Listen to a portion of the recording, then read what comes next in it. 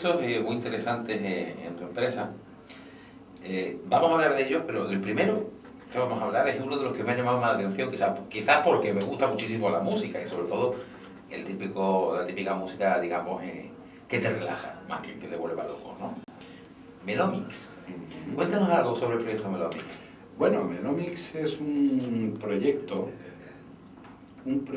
que en principio parece ciencia ficción, pero cuando uno profundiza en la tecnología y en los efectos que realiza la música, pues te das cuenta que todo es real, ¿no?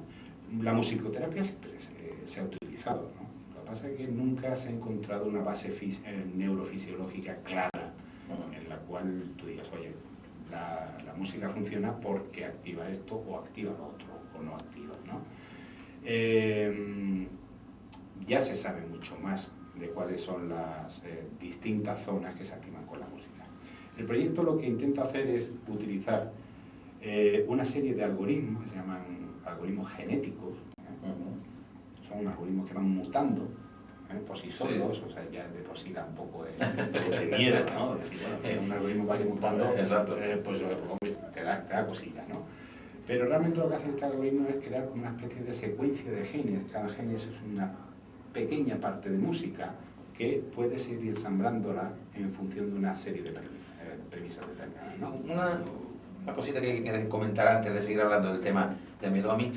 Sí estamos acostumbrados a que en la web, en internet, en publicidad, haya una serie de productos musicales que dicen que te sirven para relajarte, para dormir, para no sé qué.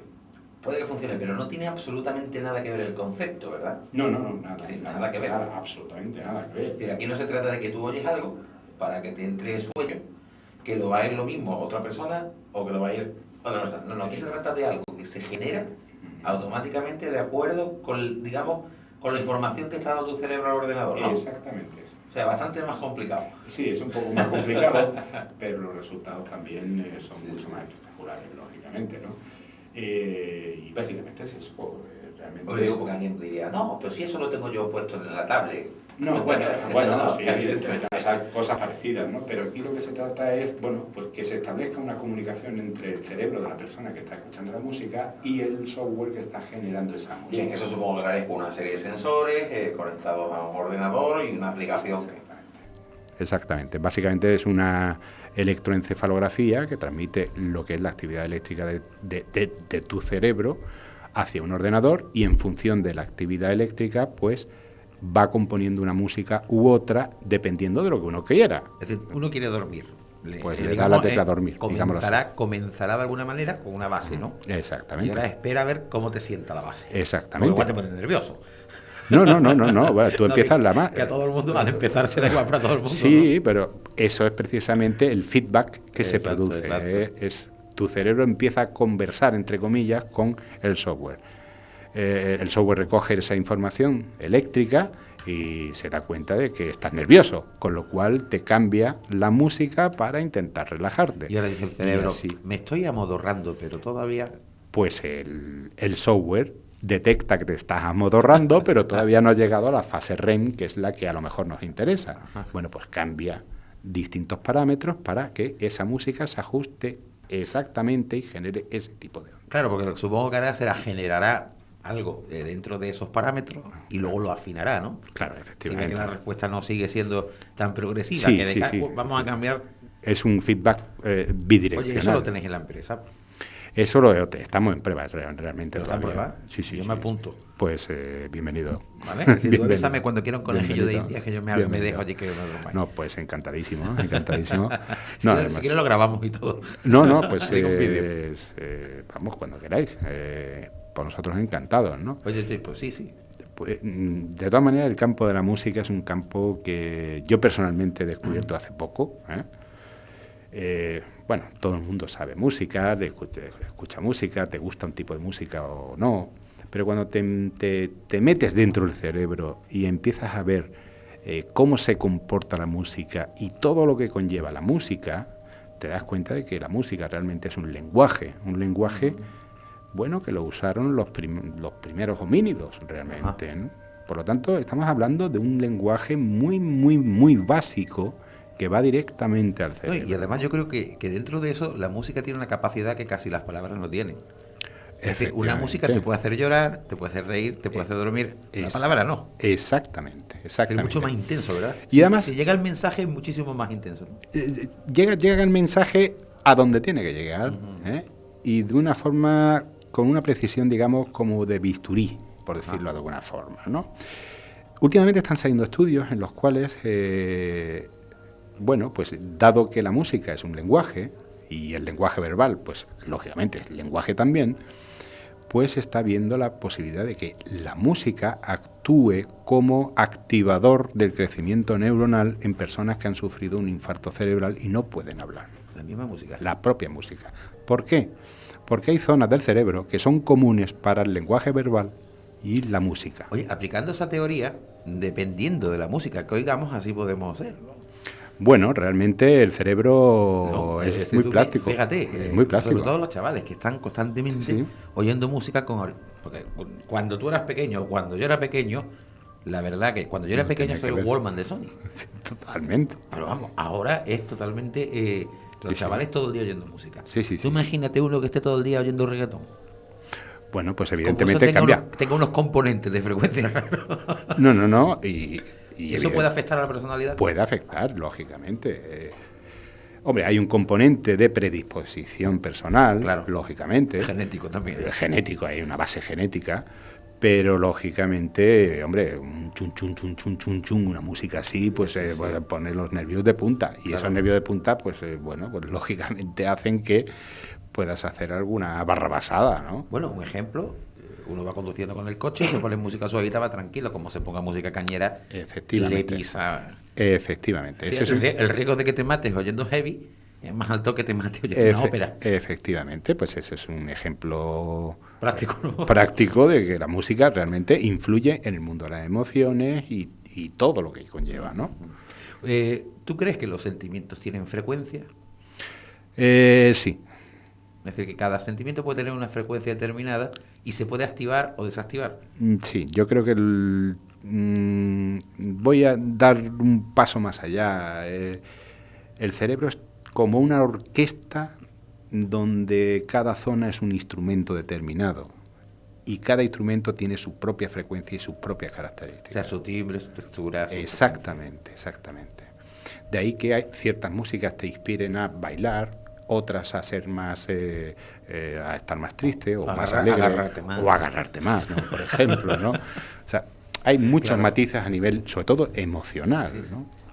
Es muy curioso, ¿eh? Sí, no, la música es un tema que ya digo, la he descubierto hace relativamente poco y bueno, cada vez que leo un paper nuevo o un artículo nuevo, pues descubro cosas que se queda uno como diciendo, bueno, pues quiero leer más, tiene un poder adictivo muy importante, ¿no?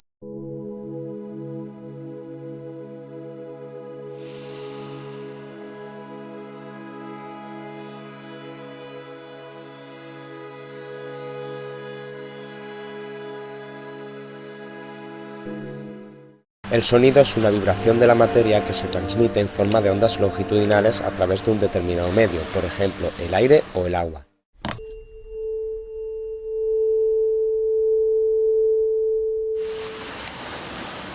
Estas vibraciones propagadas hasta nuestro tímpano pueden evocarnos paz, relajación o estrés.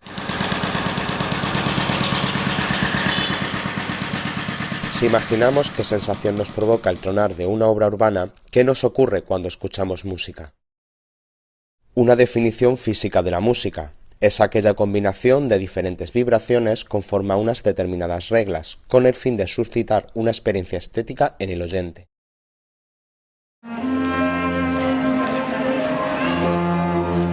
Y la música no solo consigue hacer vibrar nuestro tímpano, sino que estremece todo nuestro sistema nervioso.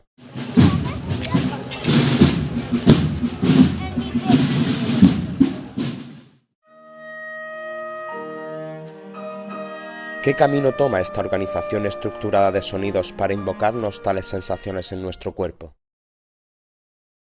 Una vez que las vibraciones traspasan el umbral del oído medio, en el tímpano, los huesecillos del oído interno transmiten a la cóclea esta vibración.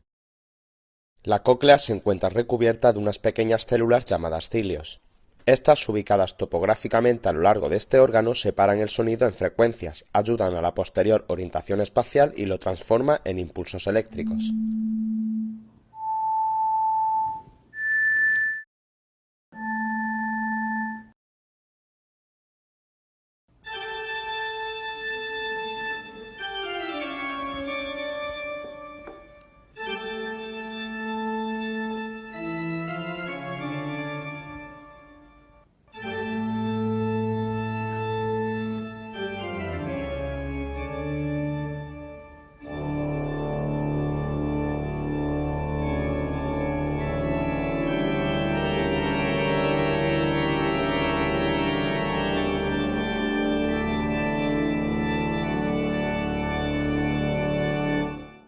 Estos impulsos eléctricos se bifurcan en la vía auditiva por medio de las fibras que emergen de la cóclea hacia el tronco encefálico, de las cuales un 80% va hacia una dirección y un 20% hacia otra y viceversa, consiguiendo así la sensación de estéreo.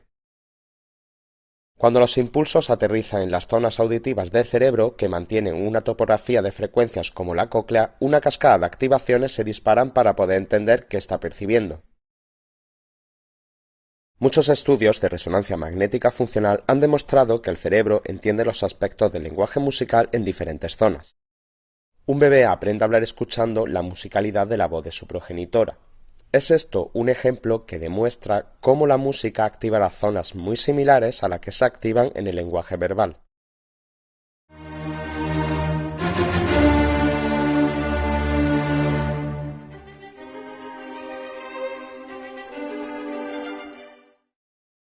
El primero en entrar en acción será el sistema límbico, con su núcleo central, la amígdala, para que el oyente disfrute o no de la polifonía que se está escuchando, ya que es una de las áreas relacionadas con las emociones.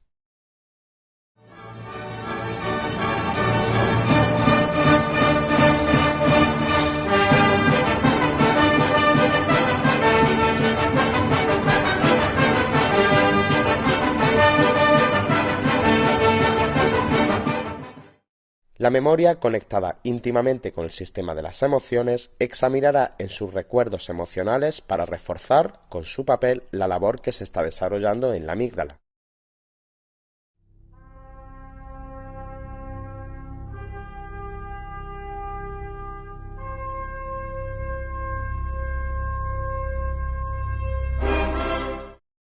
¿Has estado alguna vez bailando en tu cerebro mientras tu cuerpo se mantiene sentado en una silla? La música es capaz de activar las mismas estructuras tanto si tus pies se mueven como si bailas con tu imaginación.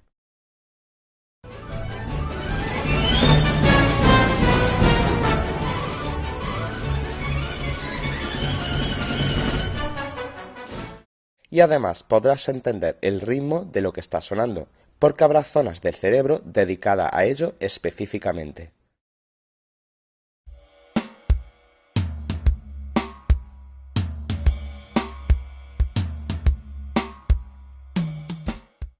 Aparte de todos estos elementos, hay tres parámetros musicales que nuestro cerebro puede reconocer. Uno es el tono, que no es una característica propia de las notas, ya que en la vida sonora real experimentamos la diferencia entre el ladrido de un perro pequeño y un perro grande.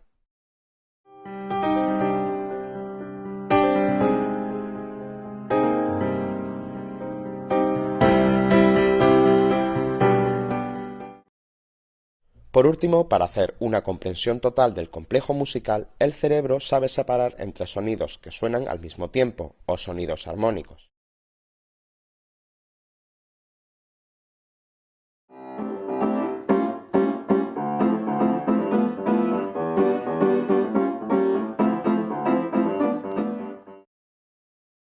Y por otra, los sonidos que van consecutivos o sonidos melódicos, ya que diferentes estructuras cerebrales son activadas para cada parámetro.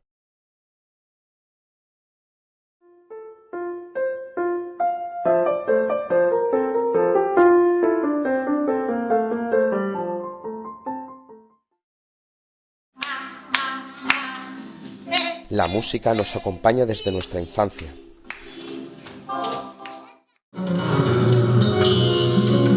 Crecemos si nos esforzamos por aprender a interpretarla y sentirla.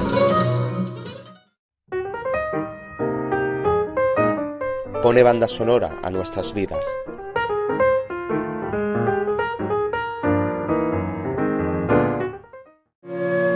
Y es considerada uno de los estímulos más emocionantes que puede percibir el hombre. La hacemos nuestra en los momentos más íntimos. Y hasta en el momento final, el silencio, como un componente más de la composición musical, va a estar presente.